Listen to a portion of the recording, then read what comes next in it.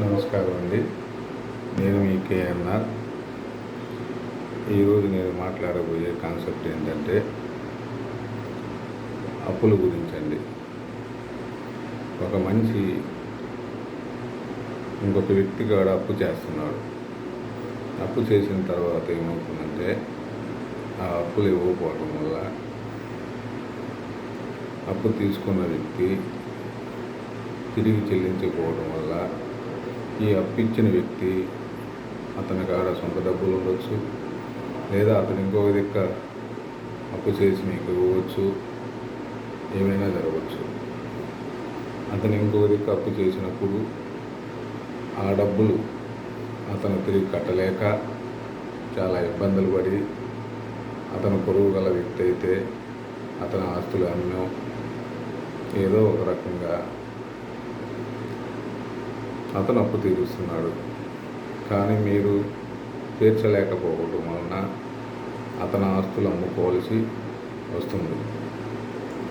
So అతని ఫ్యూచర్లో ఏమవుతుంది, ఇప్పుడు నిజాయితీగా ఉన్న వ్యక్తి మళ్ళీ ఫ్యూచర్లో ఎవరికైనా అవసరం అయితే ఎంత అడిగినా అతని కాడ ఉన్నా లేకపోయినా హాస్పిటల్ ఎమర్జెన్సీ అయినా సరే డబ్బులు తిరిగి ఇవ్వడు.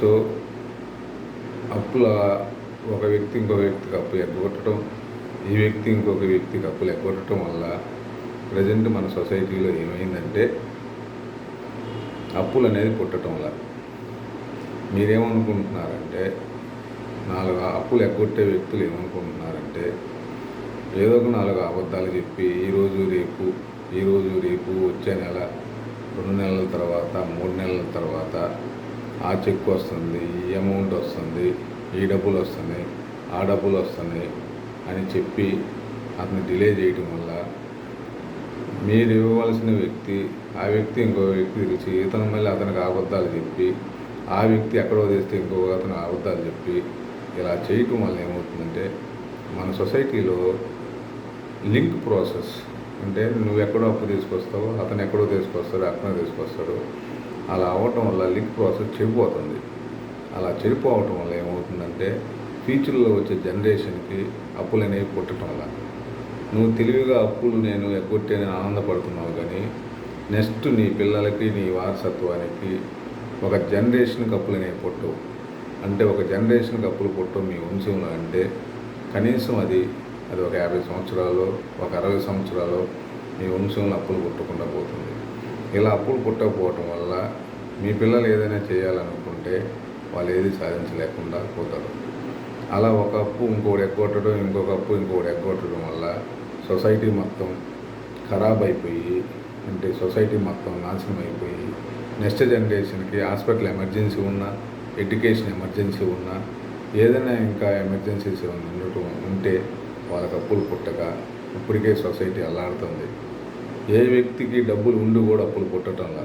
ఎందుకు పుట్టడం లేదంటే మీరు పెద్దవాళ్ళు, మాకంటే వయసులో పెద్దవాళ్ళు ఎగ్గొడుతున్నారు డబ్బులు, నాకంటే వయసులో చిన్నవాళ్ళు ఎగ్గొడుతున్నారు డబ్బులు.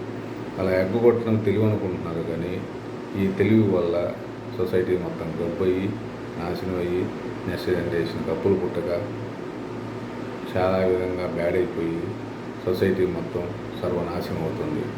నేను మీ అందరికీ చెప్పేది ఏంటంటే, మీరు ఎక్కడైనా ఎవరైనా సరే అప్పులు చేస్తే దయచేసి మీకేమన్నా ఆస్తులు ఉంటే, తీర్చలేని పక్షంలో మీకేమన్నా ఆస్తులు ఉంటే అమ్మేసైనా వాళ్ళందరికీ కట్టండి.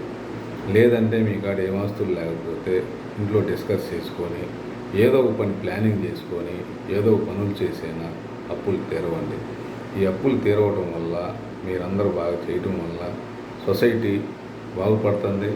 ఫ్యూచర్లో వచ్చే నెక్స్ట్ జనరేషన్కి ఏదైనా అప్పులు పుడతాయి, వాళ్ళ పనులు సకాలంలో అవుతాయి. ఏదైనా ఆరోగ్య సమస్య ఉన్నా సరే, ఉద్యోగ సమస్య ఉన్నా సరే, ఇంకా ఏ సమస్యలు ఉన్నా సకాలంలో అవుతాయి. అప్పుడు సొసైటీ ఎంతో కొంత బాగుపడుతుంది. ఒకరు మార్చి ఒకరు అప్పులు ఎగ్గొట్టడం వల్ల సొసైటీ ఆల్రెడీ కొంత నాశనం అయిపోయింది నాకు తెలిసి. ఇప్పటి నుంచైనా వయసు చాలా పెద్దన్న కానీ సరిపోదండి. మీరు నెక్స్ట్ జనరేషన్స్కి కరెక్ట్గా ఎలా ఉండాలో చెప్పాలా. ఓన్లీ మాటలు చెప్పి మీరే అప్పులు ఎగ్గొట్టి రోజుకు 4 అబద్ధాలు చెప్పి అలా చేయటం వల్ల ఏమవుతుందంటే మీ పిల్లలు ఎలా గొప్పలు అవుతారు? మీరే అప్పులు ఎగ్గొడుతున్నారు. మీ పిల్లలు ఎలా గొప్పలు కావాలనుకుంటున్నారు? కాదు కదా. మీరే అప్పులు ఎగ్గొట్టారంటే మీ పిల్లలు మీకంటే సన్నాసులు అవుతారు.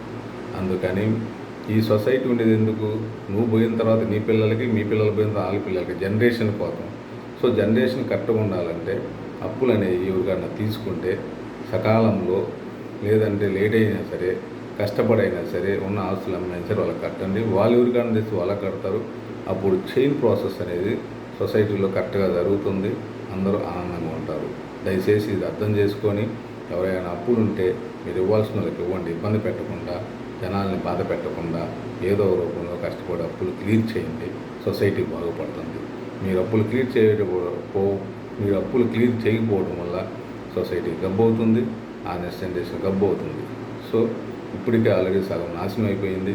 సో ఇప్పటికైనా దయచేసి మీరు ఎవరికైనా అప్పులు ఉంటే తెలుసుకొని, వయసు పెరిగితే సరిపోదండి, ఆ వయసు యొక్క బుద్ధి జ్ఞానం కూడా తెచ్చుకొని సొసైటీని బాగు చేయండి దయచేసి.